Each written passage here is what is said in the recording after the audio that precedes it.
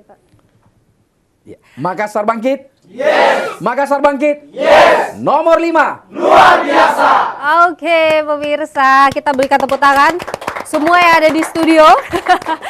Pemirsa, ini studio Saat TV Makassar sangat ramai hari ini dengan simpatisan dari Bapak Erwin Kalo. Sudah hadir di sini, ini saya sudah lihat tadi juga, Anda juga sempat lihat, dan juga saya ingin menyapa dulu pendengar yang ada, yang mendengarkan Radio Gamasi FM, Merkurius FM, Barata FM, SP FM, dan juga Al Ihwan Makassar, yang saat ini bersama dengan kami dalam kampanye elektronik Bapak Erwin Kalo. Anda bisa melihat tadi di awal sudah ada banyak sekali membawa stiker-stiker kecil ya, tetapi di sini ingat Ki, kemudian juga di sini ada Erwin Kalo, Hasbi Ali, ini duet maut, ini yang paling terkenal nih Pak, yeah. Duet maut ya.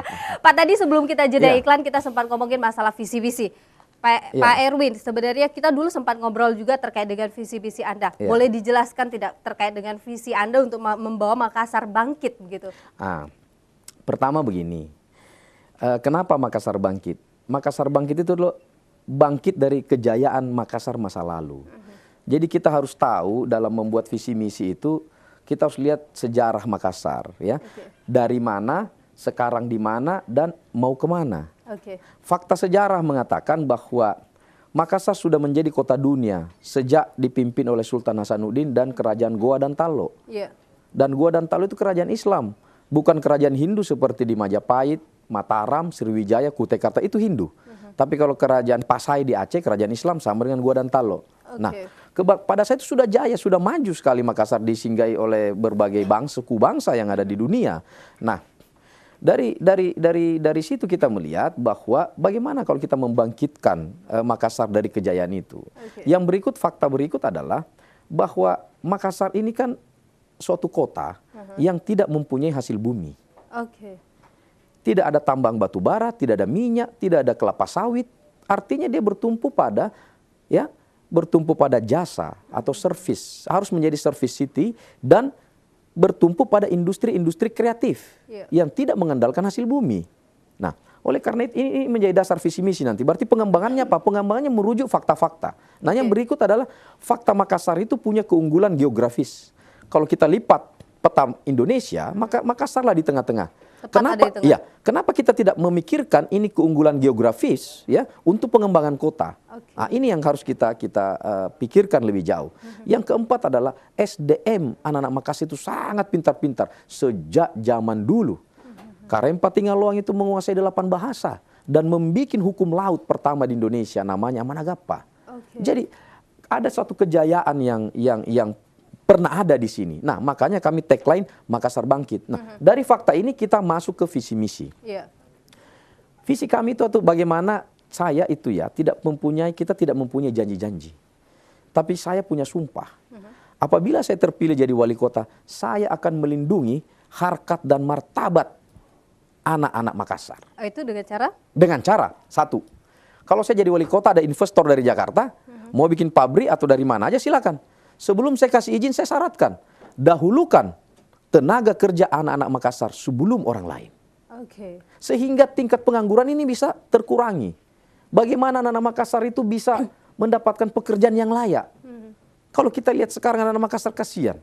Coba kalau Mbak Nilu makan di restoran, nanti angkat piring itu anak Makassar. Yang cuci piring anak Makassar, tukang parkir anak Makassar. Ya, belum lagi nanti security-nya anak Makassar. Nah, ini harus saya tidak ingin anak Makassar ini menjadi penonton di kotanya. Seperti anak-anak Betawi di Jakarta. Itu yang terjadi saat ini. Ya, lapangan kerja ada, Makassar maju. Siapa yang menikmati Makassar?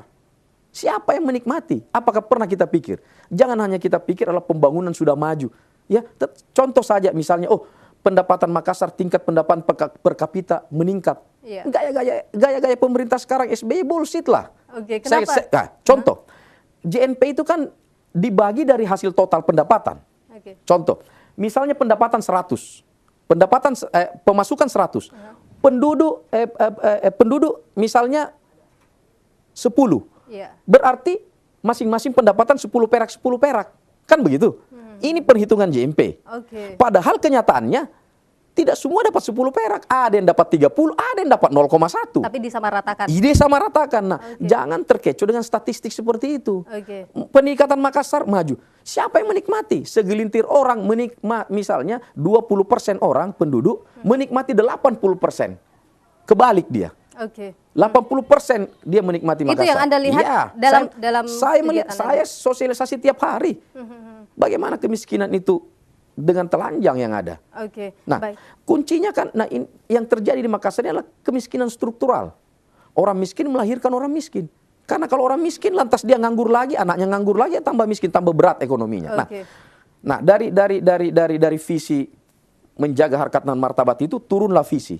Visi adalah pemberdayaan masyarakat. Pemberdayaan, pembangunan nomor 2. Oke. Nomor 1 pemberdayaan masyarakat. Nah, ini kan sesuai dengan tupoksi pemerintah kota, ya, pelayanan, pemberdayaan dan pembangunan. Nah, pemberdayaan masyarakat ini adalah 1, anak-anak Makassar katanya skillnya kurang. Nah, ini masuk ke program. Jadi tadi visi, harkat dan martabat, misinya pemberdayaan, programnya apa? Program konkretnya adalah kita akan bikin balai latihan kerja di 143 kelurahan. Oke. Jadi walaupun gratis, kalau cuma 1 mereka tidak punya ongkos PT-PT ke tempat. Jadi balai latihan kerja mendatangi masyarakat. Tidak pakai dana anggaran besar. Karena kita tidak perlu membangun diklat. Kantor lurah camat Sabtu Minggu libur. Pakai itu sebagai balai latihan kerja. Oke. Yang kedua, anak Makassar investor alasannya itu 1. Yang kedua, saya sudah berbicara beberapa dengan investor. Susah Pak Erwin, anak Makassar. Malas dan tidak disiplin. Gampang saya bilang. Setelah dari diklat, kita kirim ke Pakato. Latih tentara, pulang pasti dia disiplin. Selesai urusan. Oke. Tetapi kita harus fair. Saya akan jamin pada investor bahwa kalau ada anak Makassar yang macam-macam, lapor sama saya pecat. Oke. Jadi program ini akan menjadi program nasional bagi Makassar. Makassar bekerja. Oke. Nah, Makassar bekerja ini semua anak-anak kita kasih masuk. Oke. Tapi kita akan sortir. Ini kan wali kota itu Mbak Nilu mengurus masyarakatnya, tidak mengurus bangunan, ya. Masyarakat juga tidak semua kita urus. Ada namanya skala prioritas. Oke. Skala prioritas ini adalah kita prioritas yang paling bawah. Oke, jadi Anda memprioritaskan dari Yang bawah paling dulu. bawah, dari bawah. Dari bawah, bukan dari atas ya. Orang kaya itu sudah bisa Oke. mengurus dirinya sendiri. Baik, Pak Erwin, kita boleh bikin penasaran pemirsa juga pendengar ya. Iya. Sesaat lagi kita akan kembali Break lagi, cepat break sekali. lagi.